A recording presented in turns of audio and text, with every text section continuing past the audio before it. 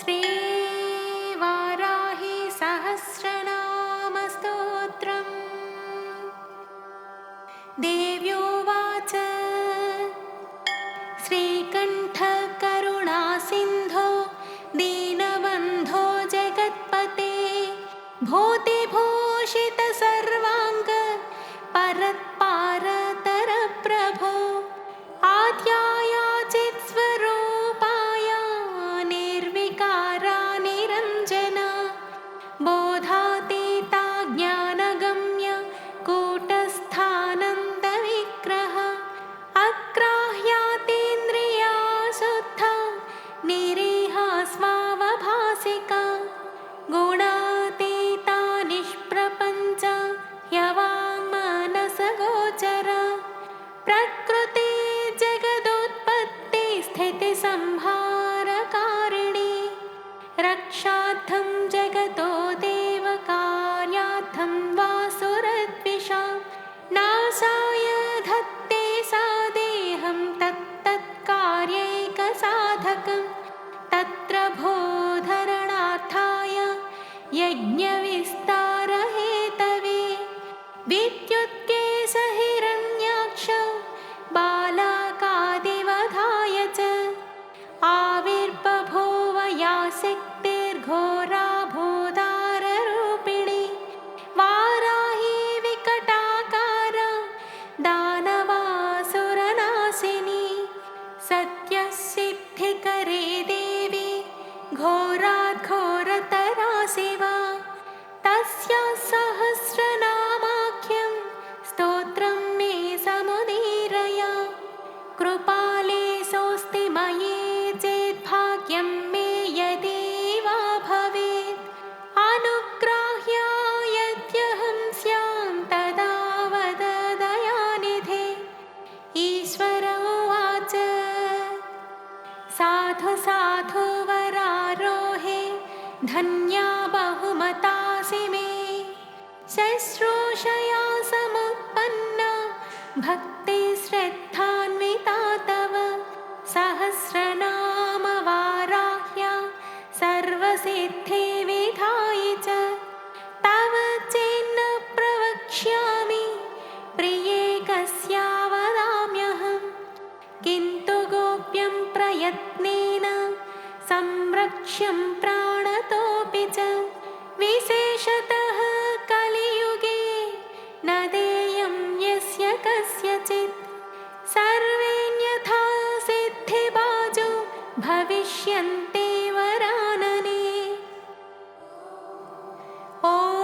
अस्य श्रीवाराही सहस्रनामस्तोत्रस्य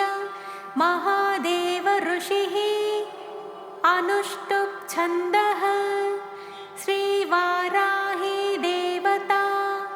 ऐं बीजं क्रों शक्तिः हुं कीलकं मम सर्वार्थसिद्ध्यर्थे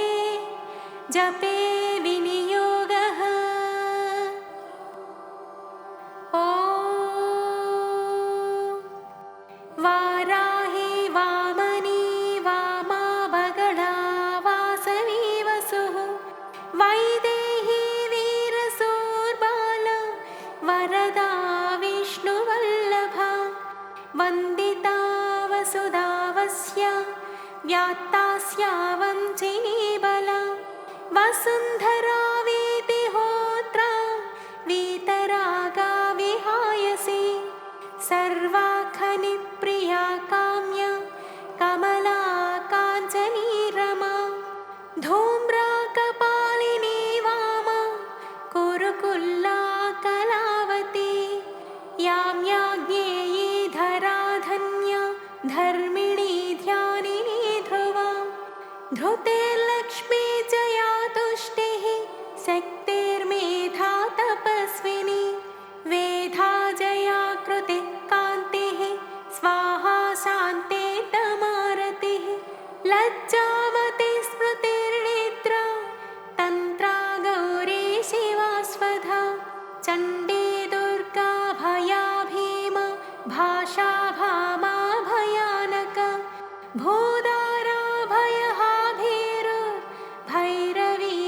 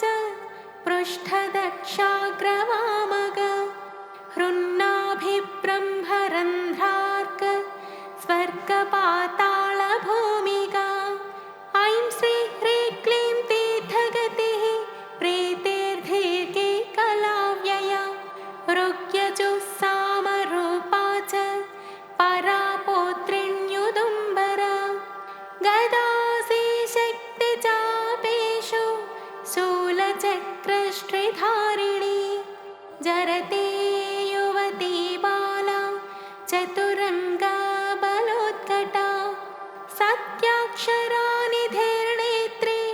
धात्री पौत्री परापटुः क्षेत्रज्ञा कम्पिनी ज्येष्ठा दुराधर्षा धुरन्धरा मालिनी मानिनी माता माननीया मनस्विनी मदोत्कटा मन्युकरी मनुरूपा मनोजवा मेदस्विनी मध्यरता मधुपा मङ्गलामरा माया माता मयहरी मृडानी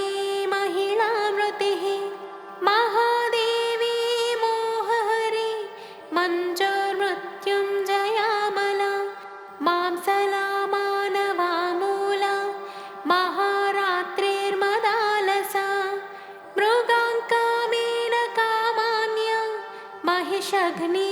मदन्तिका मोक्षा मोहमृषा मोघा मदमृत्युमलापः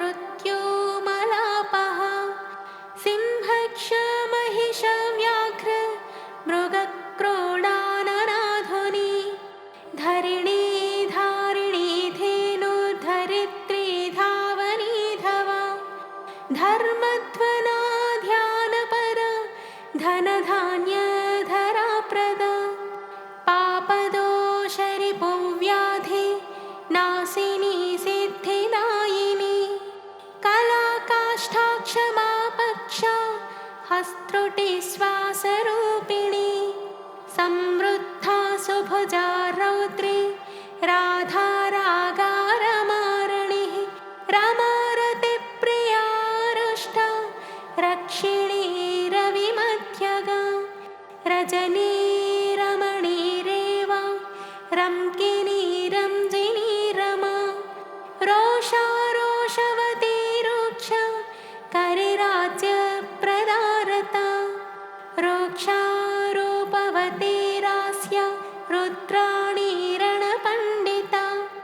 गङ्गा च यमुना चैव सरस्वती स्वसूर्मधुः गण्डकी तुङ्गभद्रा च कावेरी कौशिकी पटुः कट्वारगवती चार सहस्राक्षा प्रदर्दना सर्वज्ञा शाङ्करे शास्त्रे जटाधारिण्ययोरदा यावनी सौरभे कुब्जा वक्रतुण्डावधूत्यता चन्द्रापीडा वेदवेद्या शङ्खिनी नीललोहिता ध्यानातीता परिच्छेद्या मृत्युरूपा त्रिवर्गदा अरूपा बहुरूपा च नानारूपा नतानना वृषाकपे वृषारूढा वृषेशी वृषवाहना वृषप्रिया वृषावर्ता वृषपर्वा वृषाकृतिः कोदण्डिनी नागचूडा चक्षुष्या परमाधिका दुर्वासा दुर्गः देवी दुरावासा दुरारिः दुर्गा राधा दुःखहन्त्री दुराराध्या दवीयसी दुरावासा दुष्प्रहस्ता दुष्प्रकम्पा दुरूहिणी सुवेणी रमणी श्यामा मृगव्याधार्घतापिनी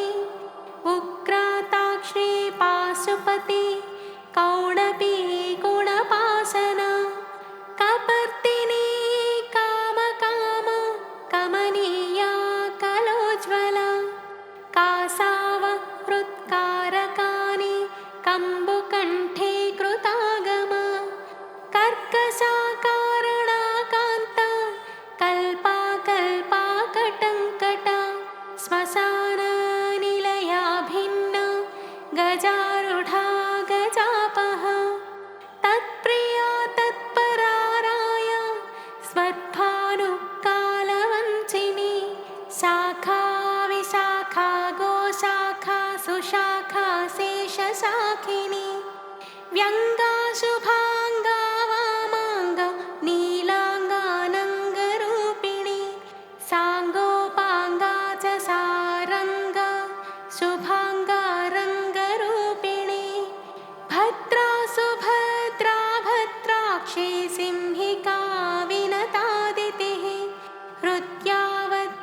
सुपत्या च गद्यपद्यप्रिया प्रसूः चच्चिका भोगवत्यम्बा सारसी शबरी नटी योगिनी पुष्कलानन्ता परा सांख्या सची सती निम्नगा निम्ननाभिश्च सहिष्णुचाकृतिलिपिः दमयन्ती दमी दण्डो दण्डिनी दारदायिका दीपिनी दाविनी धात्री दक्षकन्या दम्यादरत् दाहिनी द्रविणी दर्वी दण्डिनी दण्डनायिका दानप्रिया दोषहन्त्री दुःखदारिद्र्यनाशिनी दोषदा दोषकृद्दोग्ध्रे दोहती देवी काधना दर्वीकरी दुर्बलिता दुर्युगाद्वयवादिनी चराचरानन्तवृष्टिरुन्मत्ता कमलालसा तारिणी तारकान्तारा परमात्माब्जलोचना इन्दुर्हिरण्यकवचा व्यवस्था व्यवसायिका ईशनन्दानदीनागी यक्षिणी सर्पिणी वरी सुधासुरा विश्वसः सुवर्णाङ्गदधारिणी जननी प्रीतिभागेशी साम्राज्ञी संविदुत्तमा अमेयारिष्टदमनी पिङ्गळालिङ्गधारिणी चामुण्डा प्लाविनी हाला बृहज्योतिरुरुक्रमा सुप्रतीका च सुग्रीवा हव्यवाहा प्रलापिनी नभस्या माधवी ज्येष्ठा शिशिरा ज्वालिनी रुचिः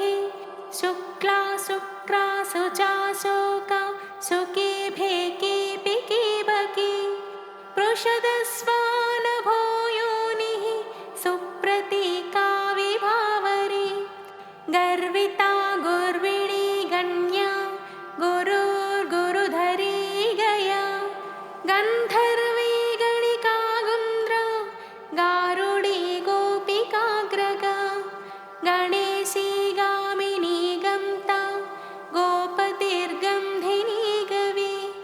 गच्चिता गाननी गोना गोरक्षा गोविदाङ्गतिः ग्राथिकी ग्रथिकृत्कोष्ठी गर्भरूपा गुणैषिणी पारस्करी पाञ्चनद बहुरूपा विरूपिका ऊहा व्यूहा दुरूहा च सम्मोहा मोहहारिणी यज्ञविग्रहिणी यज्ञ यायजूका यशस्विनी अग्निष्टोमात्यग्निष्टोमा वाजपेयश्च षोडशी पुण्डरीका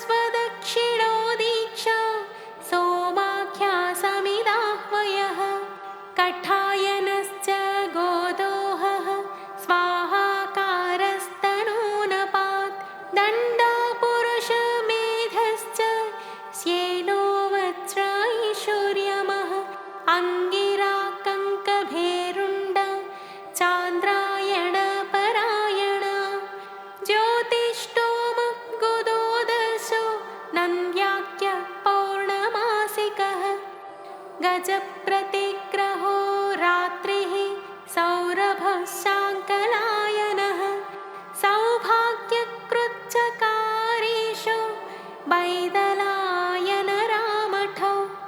शोचिष्कारी नाचिकेत शान्तिकृत् पुष्टिकृत् तथा वैनतेयोच्चाटनौ च वशीकरणमारणे त्रैलोक्यमोहनो वीर कन्दर्पबलशातनः शङ्खचूडो गजच्छायो रौद्राख्यो विष्णुविक्रमः भैरव कवहाख्यश्चावभृतोष्टकपालकः स्रौषट्वौषट्वषट्कारः पाकसंस्थापरिश्रुति चयनो नरमेधश्च कारीरी रत्नदानिका सौत्रामणि च भारुन्द बार्हस्पत्यो बलङ्गमः प्रचेता सर्वसत्रश्च गजमेधकरम्भकः हविस्संस्था सोमसंस्था पाकसंस्था गरुत्मती सत्यसूर्यश्च मससृक् श्रुवोलोखलमीक्षणी चपलो मन्थनी मेढी योपप्राग्वंशकुञ्चिका रश्मिरंशुश्च दोभ्यश्च वारुणोदः पविकुथा आप्तोर्यामो द्रोणकलशो मैत्रावरुणाश्विनः पात्नीवतश्च मन्थे च हारियोजन एव च प्रतिप्रस्थानशुक्रौ च सामिधेनी सवित्समा होताध्वर्योस्तथोद्गाता नेता त्वष्टा च योत्रिका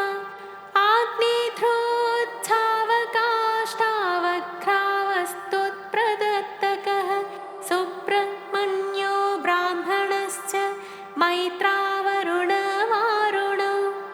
प्रस्तोता प्रतिप्रस्थाता यजमानो ध्रुवन्त्रिका आमिक्षा वृषदाज्यं च हव्यं कव्यं च रूपयः जोहुद्घ्रावोपभृद्ब्रह्मा त्रये त्रेता तरस्विनी पुरोडासः पशुकर्ष प्रोक्षणी ब्रह्मयज्ञिनी अग्निजिह्वा दर्भरोमा ब्रह्मशीर्षा महोदरी अमृतप्राशिका नारायणी नज्ञादिगम्बरा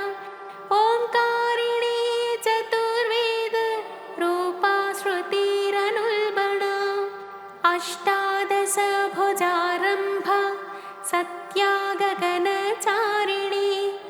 भीमवक्त्रा महावक्त्रा कीर्तिरा कृष्णपिङ्गला कृष्णमूर्धा महामूर्धा घोरमूर्धा भयानना घोरानना घोरजिह्वा घोररावा महाव्रता दीप्तास्या दीप्तनेत्रा च चण्डप्रहरणा जटी सुरभि सौलभि वीची छाया सन्ध्या च मांसला कृष्णा कृष्णाम्बरा कृष्णशाङ्गिणी कृष्णवल्लभा त्रासिनी मोहिनी द्वेष्या मृत्युरूपा भयापहा भीषणा दानवेन्द्रघ्नी कल्पकर्ता क्षयङ्करी अभया पृथिवी साध्वी केशिनी व्याधिजन्मः अक्षोभ्याह्लादिनी कन्या पवित्रारोपिणी शुभा कन्यादेवी सुरादेवी भीमादेवी मदन्तिका शाकम्भरी महाश्वेता धूम्रा धूम्रेश्वरीश्वरी वीरभद्रा महाभद्रा महादेवी महासुरी श्मशानवासिनी दीप्ता चितिसंस्था चितिप्रिया कपालहस्ता खड्वाङ्गी खड्गिनी शूलिनी हली कान्तारिणी महायो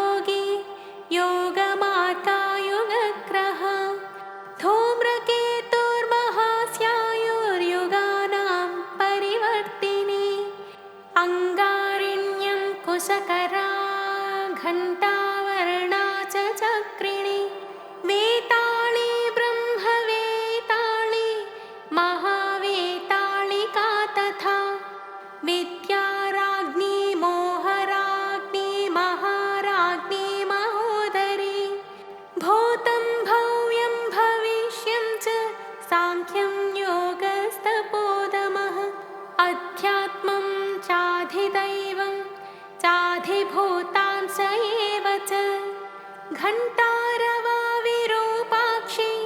शिखि विश्रीजयप्रिया खड्गशूलगदाहस्ता महिषासुरमर्दिनी मातङ्गी मत्तमातङ्गी कौशिकी ब्रह्मवादिनी उग्रतेजा सिद्धसेना जृम्भिणी मोहिनी तथा जया च विजया चैव विनता कर्तृरेव च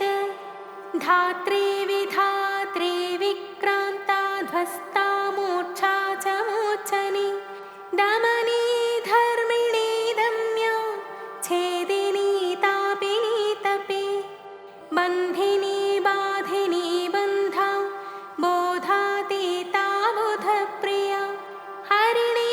हारिणी हन्त्री धरिणी धारिणी धरा विसाधिनी साधिनी च सन्ध्या संगोपनी प्रिया रेवती कालकर्णी च सिद्धिर्लक्ष्मीररुन्धती धर्मप्रिया धर्मरतिः धर्मिष्ठा धर्मचारिणी व्युष्टिख्यातिः सिनीवाली कुहुः ऋतुमती मृतिः त्वाष्ट्री वैरोचनी मैत्री नीरजा कैटभेश्वरी भ्रमणी भ्रामणी भ्रामा भ्रमरी भ्रामरी भ्रमा निष्कला कलहानीता कौलाकारा कलेबरा विद्युज्जिह्वावर्षिणी च हिरण्याक्षा निपातिनी जितकामा कामृगया कोलाकल्पाङ्गिनी कला प्रधाना तारका तारा हितात्मा हितभेदिनी दुरक्षरा परब्रह्म महादाना महाहवा वारुणी व्यरुणी वाणी वीणा वीणी विहङ्गमा मोदप्रिया मोदकिनी प्लवनी प्लाविनी प्लुतिः अजरा लोहितालाक्षा प्रतप्ता विश्वभोजिनी मनोबुद्धिरहङ्कारः क्षेत्रज्ञा क्षेत्रपालिका चतुर्वेदा चतुर्भारा चतुरन्ता चरुप्रिया चर्विणी चोरिणी चारे शाङ्करी चर्मभैरवी निर्लेपा निष्प्रपञ्चा च प्रशान्ता नित्यविग्रहा स्तव्यास्तव प्रिया व्याळा गुरुराश्रितवत्सला निष्कलङ्का निरालम्बा निद्वन्द्वा निष्परिग्रहा निर्गुणा निर्मला नित्या निरीहा निरघानवा निरिन्द्रिया निराभासा निर्मोहा नीतिनायिका निरिन्धना निष्कला च लीलाकारा निरामया मुण्डा विरूपा विकृता पिङ्गलाक्षी गुणोत्तरा पद्मगर्भा महागर्भा विश्वगर्भा विलक्षणा परमात्मा परेशानी परापारा परन्तपा संसारसेतुः क्रूराक्षी मोक्षामुक्ता मनुप्रिया विस्मया दुर्जया दक्षा धनुः